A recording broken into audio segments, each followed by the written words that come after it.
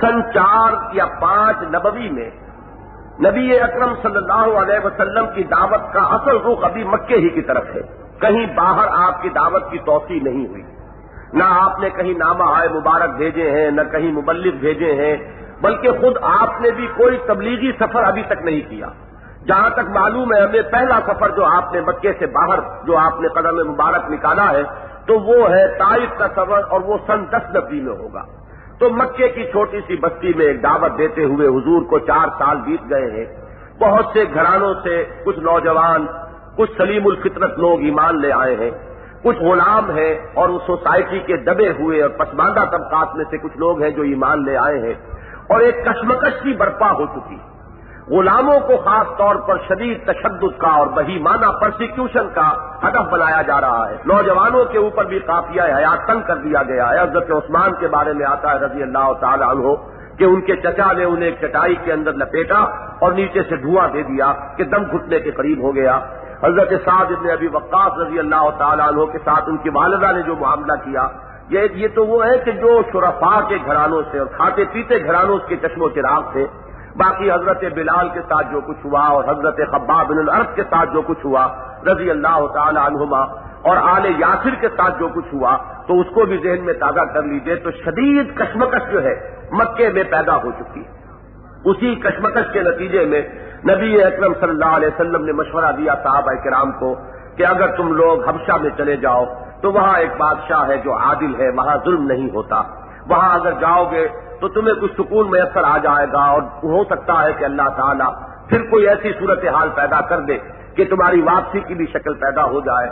چنانچہ ہجرت حبشہ ہوئی، اور پہلے ایک چھوٹا قافلہ گیا اور پھر ایک بڑا قافلہ گیا. تقریباً 100 مسلمان حبشہ کی طرف ہجرت کر کے چلے گئے. اب جو یہ قافلہ یا 100 افراد مسلمان، جن میں سے اکثر تو قرشی تھے، چند تھے کہ جو غیر قرشی مسلمان تھے، کچھ خواتین بھی تھیں، تو وہاں پر اب ایک سفارت پہنچی ہے امراء قریش کی طرف سے، جس میں حضرت عامر بن العاص بھی ہے رضی اللہ تعالیٰ عنہ. اس وقت ایمان نہیں لائے تھے. بعد میں وہ جن کے ہاتھ پر مصر فتح ہوا اور مصر جیسے عظیم ملک جو ہے وہ دارالاسلام میں شامل ہوا، اس وقت تک معاملہ یہ ہے کہ ابھی ایمان نہیں لائے ہیں، اور وہ سفیر کی حیثیت سے گئے ہیں. اور وہاں انہوں نے کوشش کی کہ یہ لوگ جو ہے یہ ہمارے بھگوڑے ہیں، بھاگ کر آ گئے ہیں، ہمیں انہیں واپس کر دیا جائے. تو یہ چیز علم خداوندی میں موجود تھی کہ حبشہ کی طرف ہجرت ہونی ہے، اور وہاں سفارت جائے گی مسلمانوں کو واپس لانے کے لیے، اور وہاں یہ مسئلہ پیش ہو جائے گا ورغلانے کے لیے اور مشتعل کرنے کے لیے وہاں کے عیسائیوں کو. نجاشی بھی عیسائی تھے رحمت اللہ علیہ. ہم ان کو رحمت اللہ علیہ اس لیے کہتے ہیں کہ شرف صحابیت انہیں حاصل نہیں ہوا، حضور سے ان کی ملاقات نہیں ہے. ایمان لے آئے تھے، اس لیے ان کو تابعین میں شامل کیا جائے گا کہ جنہوں نے صحابہ کو دیکھا ہے. اگرچہ دور جو ہے وہ دور نبوی کے ہیں اور حضور نے ان کی غائبانہ نماز جنازہ ادا کی ہے، لیکن وہ تابعی قرار پائیں گے کہ حضور سے ان کی ملاقات نہیں ہو سکی اور صرف صحابہ کرام ہی کو انہوں نے دیکھا ہے، اس لیے وہ تابعی ہیں. تو ان کے دربار میں اور وہاں کے لوگوں کو مشتعل کرنے کے لیے اور ان کی مذہبی عصبیت کو بھڑکانے کے لیے یہ کہا جائے گا کہ یہ جو تمہارا مذہب ہے یہ اس کی بھی تردید کرتے ہیں، یہ ہمارے مذہب کے تو باغی ہیں ہی، تمہارے مذہب کی بھی تردید کرتے ہیں. یہ مسیح کی الوہیت کے قائل نہیں ہے، یہ مسیح کے ابن اللہ ہونے کے قائل نہیں ہے. تو اس طریقے سے ان کے اشتعال میں لا کر اور ان کو مجبور کر دیا جائے مسلمانوں کو کہ وہ وہاں سے یا تو وہاں سے بھی جان بچا کر کہیں اور بھاگے، یا یہ ہے کہ حوالے کر دیا جائے. تو اس وقت کے لیے یہ سورہ مبارکہ جو ہے پہلے سے نازل ہو گئی کہ حضرت جعفر طیار رضی اللہ تعالیٰ عنہ نے پھر یہ آیات وہاں پڑھ کر سنائی، اور حضرت نجاشی رحمت اللہ علیہ کو اللہ تعالیٰ نے یہ توفیق عطا فرمائی کہ انہوں نے تسلیم کیا کہ یہ حق ہے. یہاں تک آتا ہے روایات میں کہ ایک تنکا اٹھا کر کہا کہ جو کچھ ان آیات میں حضرت مسیح کے بارے میں بیان ہوا ہے، عیسیٰ ابن مریم کے بارے میں، خدا کی قسم مسیح اس سے تنکا بھر بھی زیادہ نہیں ہے. یہی اصلی حقیقت تھی کہ جس پر فسانوں کے پردے ڈال دیے گئے ہیں. تو یہ ہے در حقیقت اس سورہ مبارکہ کے ابتدائی 2 رکوعوں کا شان نزول.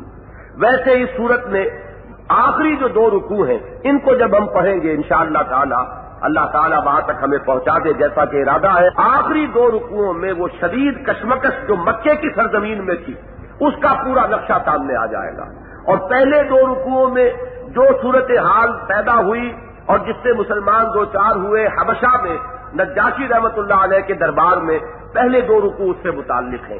گویا کہ پہلے 2 رکوعوں میں خطاب کا رخ جو ہے وہ اہل کتاب کی طرف ہے، آخری 2 رکوعوں میں بنی اسماعیل مشرکین عرب کی طرف ہے. اب درمیان کے 2 رکوع جو ہیں وہ ان دونوں کا جو نقطۂ اتصال ہے، یعنی حضرت ابراہیم علیہ السلام کی شخصیت کہ وہ بنی اسرائیل اور بنی اسماعیل جہاں جا کر مل جاتے ہیں، جو ان کے جد امجد ہیں ان کے بھی اور ان کے بھی، اور جو ان کے مشترک بزرگ ہیں جن کا احترام اور جن کی عزت دونوں کرتے ہیں، تو درمیان میں حضرت ابراہیم اور ان کے ہی ساتھ پھر کچھ اور انبیاء کرام علیہ السلام کا تذکرہ آ گیا، تاکہ یہ بات واضح ہو جائے کہ ہمارے یہ نبی صلی اللہ علیہ وسلم جو دعوت لے کر آئے ہیں وہ کوئی انوکھی دعوت نہیں ہے، یہ ابراہیم کا دین ہے، اور ان کی ذریت سے اور ان سے بھی پہلے جو انبیاء آئے، جو رسول آئے، وہ سب اسی دعوت کو لے کر آئے. تو اس طریقے سے درمیان میں حضرت ابراہیم اور چند اور انبیاء کرام، ان میں حضرت موسیٰ علیہ السلام بھی ہیں، ان میں حضرت ادریس کا ذکر بھی ہے، ان میں حضرت اسماعیل کا ذکر بھی ہے، تاکہ ان دونوں شاخوں کا لحاظ ہو جائے. ایک وہ شاخ جو حضرت اسماعیل سے چلی، اور ایک وہ امت کہ جس کو امت کی حیثیت جو ہے وہ حضرت موسیٰ علیہ السلام کے زمانے میں حاصل ہوئی جبکہ انہیں تورات عطا کی گئی.